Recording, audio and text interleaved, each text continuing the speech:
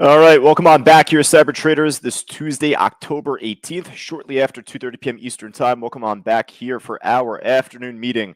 We should be good to go inside the live trading room. We had Kathleen, Armand, Karen, Nina, Michael, Dan, Leda, all of which could hear me loud and clear. Great to see all of you folks. Great to see all of us back on social media, Facebook Live or YouTube. Well, I'll tell you what, folks, so far heading into this afternoon, the markets haven't really gone much of anywhere. I mean, SPY slipped down a little bit when the market opened up. And with that, I mean, hey, we'll focus on our 10:30 reversal time.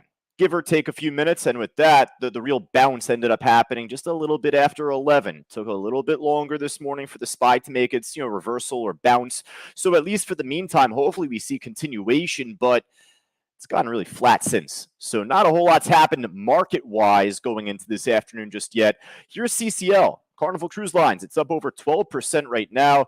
We actually came off of our Traders Talk workshop earlier this morning, and it ran a little over. So actually at the tail end of Traders Talk, it was actually almost like 12:15 Eastern, we were watching this trade. It was making the retest of 8, a very quick pop above it, really like smooth move. And with that, it's been up and moving up towards 816 since.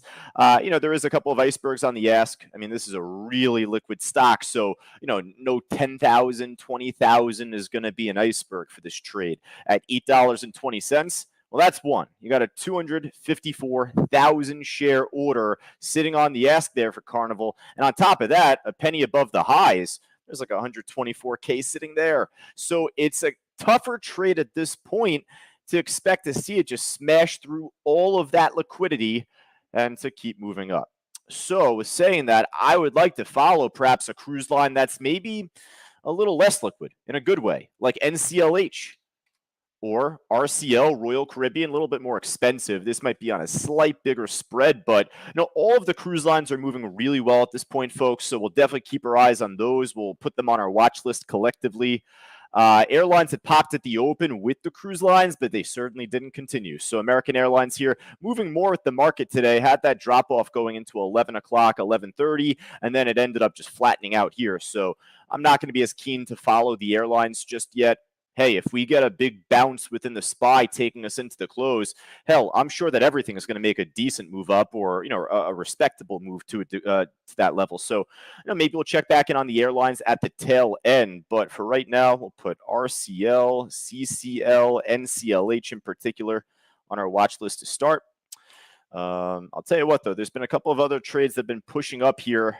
So we'll take a look at those right now. Let's actually just go from top to bottom because really, like 3 or 4 of them are just across the top 10 or 15. So I have this real cheapie here, Comms. It's up over 220%. It's going to be my first look at this trade today. More of an afternoon move, actually, pushing up from 8 up to 17 cents. We don't really trade these cheapies below $1, if anything. They don't normally make as concise of a move. So not going to be as vested in that. And I'll tell you what, number 2, number 4, both of those were buyouts today. AKUS, one of us had mentioned right before the open, and I was like trying to press the brakes on them a bit, like, no, it's a buyout. It's not going to make as good of a move really than anything else that we're trading. So AKUS, AVEO, maybe it could have made 10 cents, 15 cents on it, but there's just so much better opportunity elsewhere. The drug trade is one of those stocks that did very well from this morning. So we'll talk about this trade here. Drug is a stock back from mid to late August, ended up making a big pop and run, like just across the singular day, went from $1 up to as high as like 4 and change, maybe even that's 5. Well, over time, it ended up having a couple of up days where we day traded it. This is not a swing trade, of course, folks. You could just tell looking at that sequence going into late August, early September. And same to even be more said here. It's pushed up pretty nicely from the morning, although it's holding support right now off that 130. You would really want to see it to begin to press off the VWAP and look for it to move higher. So, right now, drug, I'll put on our list. Hopefully it continues. If this, God damn, this just took the words right out of my mouth. This trade right here. I was just about to say, if we come back and this thing just tanks, then maybe we'll take it off our list. I think it's making that decision for us right now. Big ugly shake here for a more level 1 or 2 trade. I don't like that. All right. Well, I'll tell you what. We're going to keep it on our list right now. come back to it at the end. If it slips off a little bit more, then I'm not going to like that. So let's see if there's anything else moving better right now at this point. The Qnrx is certainly one of those. Hopefully I don't jinx this one like I just did the other. Qnrx making a push not only up to 260 where we had a pretty big resistance as we watched this stock in our Traders Talk workshop earlier this morning. It's popping it right now. There we go. But look what held again as support. I'm not looking for the very bottom here. So 230 was our level. That's where we had a pretty big iceberg order from the market open. So once again, this thing ended up breaking under 230. It held under 230 for a bit. And then it broke back over 230 and led for the run. So, it just goes to show in terms of looking for support, you don't want to catch the falling knife as much as you want to buy the stock when it breaks through the level on the way up. Now, with that, now we're getting the breakout of resistance off this 260-ish. So let's really hope for this Qnrx trade to squeeze up higher from here. Definitely going to put this on the top of our list for right now. Ooh, small little dip on the SPY 1-minute chart. Small, nothing major. I don't think news came out for that one, but little dip. We'll check back in with the markets here at the end, folks. KPRX, we talked about this in our Traders Talk workshop too, but not in a good way.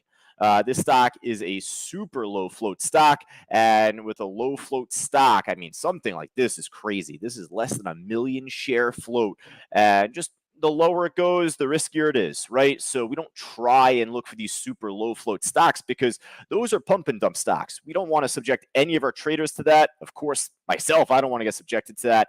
We'll talk about a drop after a pop coming up, the AVCT trade, right? So even if it's not as low float, that doesn't mean it's not able to make that drop. But something that has a lower float is often going to carry lesser liquidity to it on the order book. And that type of trade is a lot riskier. For as much as this pushed up, this ended up obviously falling off, but it ended up making a very sharp drop at that, like a dollar move down here within a couple of minutes. So, if you're not quick, if you're not good at setting stops, if you're not as quick on the platform as you should be, this is not the stock for you. Maybe do it on small shares, a little fun, have a little fun there. But, to risk real money on this type of trade, if you're not quick enough to set your stop and manage it right after getting in, it could be very deadly. It could be pretty dangerous in that sense. All right. What else we got? IAG's been up big today, Grant. How about that? Gold. NUGT kind of crawling up a little bit across the afternoon. We'll just check in on some gold miners like NEM, Newmont, Ego, Sands. A couple of these Grant gave me a little while back through discussion. So just checking in with them pretty briefly here. Not a whole lot to it. And IAG, although it's up big, that is too large of a float. That is a slow mover. So that IAG we're going to pass on. But in the meantime, though, we got a couple of familiar names here, folks. Rich was calling out Blue Apron earlier going into this meeting. It popped up pretty nicely up towards 250, above 250. Right now, there's a 10, 11,000 share iceberg on the ask. We'll call it an iceberg for right now. That is resistance here in the meantime. So Blue Apron we'll put back on our list. This stock has been a bit of a tease to us in the past. It looks like back in early to mid-August made a nice move. But in terms of seeing that big volume or momentum-based breakout, it's made a nice start here. Hopefully it doesn't slow down and become choppy again. So hopefully this continues with the trend and pace that it was moving in just before. All right, this RMed trade, talk about a disaster. This ended up dropping off as soon as the market opened up. Whatever news came out did not lead to as positive of a reaction as anyone would want. I was looking for a bounce on this trade off of 7 earlier. I had it until I didn't have it. It was a great trade, but ended up obviously failing to make that big pop that I wanted. So when it kept retesting 7, like I'd said on KPRX, I don't know what the float is on this stock, but I'm imagining it to be pretty low, just given how thin the liquidity checks out to be on the order book. So with saying that, I didn't want to hold on to that trade any longer than I should have. So I went out break even on the second attempt on this trade. I took a -5 on the first and break even on the second, and that was it. For those keeping track at home, I think RMed float cracks just over 1 million shares. That is pretty low. So not the type of stock you want to hold on. All right, we'll keep it going otherwise, folks. Another familiar name. I don't know the float on this one either, but IMRA actually breaking above the highs that we had back from Friday last week. Today being Tuesday, this is Friday's bar right here, broke above Friday's high from last week. Right now, it's like building a pennant around the 4 level, so just be careful in that regard. Volume kind of died off from the last 10 or so minutes, but I'll put this on our list for right now. I mean, it's breaking new highs. IMRA, it's a stock that we're pretty familiar with, at least two.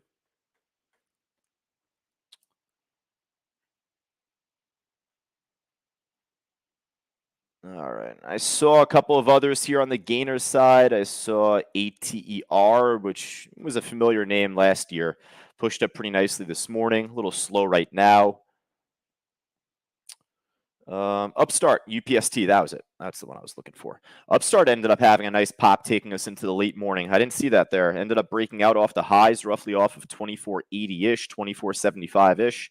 Ran up pretty nicely, dropping off now with said market. So a little bit of a pullback now on Upstart. I'm not going to be as keen to follow this now, especially with the markets beginning to shake around a little bit here. If this was holding better and it's trend towards the highs, then definitely. But let's see what else we got. There's probably a lot more that's up percentage-wise here, folks. Probably is. I could just say that because got like number 40 at like 8% or so here. There's our NCLH. There's Upstart, like we just went over. All right. Well, there's definitely more that's up percentage-wise. So, folks, if there's any stocks from your side list that look really good, trending up very nicely, let me know. That's how we work together as a team here. Type it in the chat board. Let me know. Let's hop over to the loser side for right now. I don't know how much we'll find on this side at least, but we'll see. Con is shortable, CONN. Ended up making a dead cat bounce, if anything, this morning. Wow. Nice little push up this morning on Con. It's pulling back a little bit off the highs, but nothing too much to write home about on this trade here for the afternoon. Now, if this had any more liquid of an order book, this would be number one on my watch list here at this point. This is right off the lows, this SI trade. It's pretty expensive. So that's where I was saying if it had better liquidity, I'd be really interested in this trade. I don't mind trading a more expensive stock, just lower the share count, but I mind it when it's trading this crap volume here on the order book. So that's like more of a gamble than anything. Like the trend. All right, what else we got here, folks? Chinese education company, TAL. EDU is the other one. Not a whole lot happening there. You could say it's near the lows, but it's got almost a little too liquid volume on the order book there for it to cut through. Cano, not a whole lot happening there. Ooh, Novavax, I skipped over. We like Novavax here. More as a short than a long, obviously. But, Novavax is right off the lows right now. Much better liquidity checking out. Looks good. All right, NVAX. For some reason, I started to write NVIDIA. It's Novavax, NVAX. Just recently breaking below 19, dropping off here pretty well. Cool. Michael's saying BTU at the low of the day. We'll check that one out in a bit.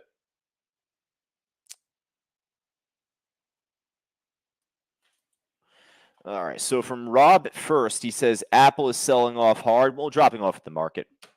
I mean, if news came out on Apple that led to the drop-off collectively within the market as a whole, that's something different. Let me just check news on Apple. There's always news out on Apple, so just see what we got here. Apple cuts iPhone 14 Plus production less than 2 weeks after the debut. Interesting. I mean, there's a whole litany of different headlines here. So, I mean, that is the most recent one that came out shortly after 2:30. That came out right at 2:40 Eastern time. So that could have been it, Rob. I mean, hey, right there, right? I mean, if it's news related to Apple that led to the drop off, then this is dropping off quite a bit for right now. Obviously, we're not going to look to day trade Apple as much, right? But it's worth noting, though. I appreciate that. I mean, it's dropping off pretty damn hard. Michael's saying BTU at the low of the day. It is. Down over like 3% or so. Good sideless stock. All right, folks, let me know if there's anything else up, down, left, right that you would want me to look at, check out here before we finish up.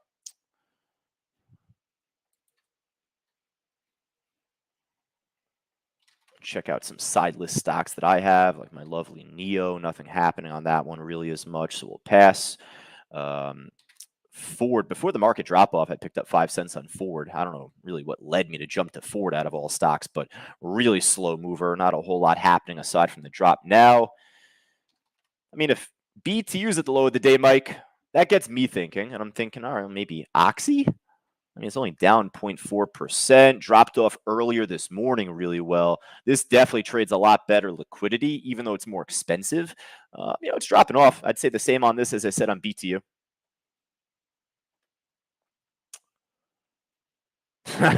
Ryan on YouTube joining us right now. Very emphatic about the last drop off within the market here. Let me just check SPY news. I didn't do that a moment ago. Let me just check SPY news. I checked Apple news. There's always news on the SPY in the markets, obviously. All right, so from 2:33 Eastern Time, Atlanta Fed President Bostic says the Fed can't resolve all the problems causing current inflation. There's always some bogus headline out there every single day from someone. So I don't know how much that influenced the drop off in the market as much as Apple's drop influenced the market, I believe. All right, folks, I'll tell you. I mean, hey, if the markets are dropping off, it could be a good short afternoon now. Let's see if there's any stocks that are like right off the lows. So I'm just checking my Benzinga scan myself. I see ETF, not as if we're going to look to trade it. Maybe it is tradable in terms of liquidity. If you got level 4 book map, then it makes it a lot easier. SOXL, semiconductor ETF, semiconductor sector has been extremely volatile in a good way over the last really last several months, but the last week or so, even more in particular with the SOXL ETF. AMD dropping off very nicely right now. I'd assume the same to be said with NVIDIA, NVDA. Uh, Check out the others like Micron, Intel, etc. Micron is a lot closer to the lows. That I'm interested in. I mean, Intel too. What I'm going to do is this, folks. I'm going to slip the cruise lines kind of collectively on our watch list as I did to begin this meeting. And then I'll write the word semis, semiconductor stocks like AMD, Micron, Intel. NVIDIA is a little expensive. But, those three in particular, definitely they seem to be trending pretty nicely with the market right now. I don't mind focusing on those. And then aside from that, we do have some other stocks that are like small cap that could look to show some strength into the close, even with the drop off that we're seeing in the market. Look at the Qnrx. Made a nasty little shake under that 260. But the fact it broke right back above it, that's a pretty damn strong sign right there. So definitely look at the Qnrx trade. IMRA, it said you might need to wait a little bit there, right around that 4 level, but that still looks really strong. So, folks, just because the markets are dropping off doesn't mean that you can't long any trades heading into the close. You just obviously have to try and find the ones that are strongest in relation to their trends. And that's what we're doing here, right? I mean, really, the watch list I'm putting out is what we should all start with in terms of the stocks that are holding near the highs. And even the ones that are dropping off with the market, those seem to be pretty volatile themselves. Chuck saying cold natural gas ETF, that's been on a huge tear of late. And once again, it ended up making another big move heading into the mid to late morning. It's a good ticker to keep on your side list for right now. If you do well on this trade personally day to day, you know exactly who you are inside our live trading room, right? So, that's where I say you are more likely to personally put it on your watch list, if anything. But, if this was near the highs a lot closer, then I'd be more inclined to put this on our list for everyone. But otherwise, Michael saying Uber dropping from high of the day. I actually forgot about that. So I appreciate that shout, Michael. Uber high of the day, that dropped off pretty quickly here, but it was holding pretty well a moment ago. So, you know what? It's still up over 5%. We don't have a big list, too big of a list anyway. I'll put this on the back end here, Uber. Forgot about this one. All right, folks, that's going to do it here for me this afternoon. I'm going to jump onto a coaching call with one of our students coming up at 3 o'clock. Hopefully, we catch a nice runner here. If not on the Qnrx, then maybe the IMRA or perhaps one of the other ones we have on our list. But for Ryan and for all of us on YouTube Live right now and Facebook, if you folks have any questions, I always like to post my email here at the end of these streams. Josh@ctutrading.com is my email. If you're interested in joining our live trading room to continue the audio commentary this afternoon, tomorrow, next week, you name it, just go right down to the link on the yellow banner below the stream to get yourself started. But for Michael, Leda, Chuck, and Grant, Armand, Jean, Leda, Nina, and all of us inside the live trading room, Rich will be on the mic in just about 10 minutes. I'll be in the chat, though. I'll be on a coaching call with one of our students, like I said, and hopefully we have a nice afternoon, folks. All right? I'll talk to you all soon.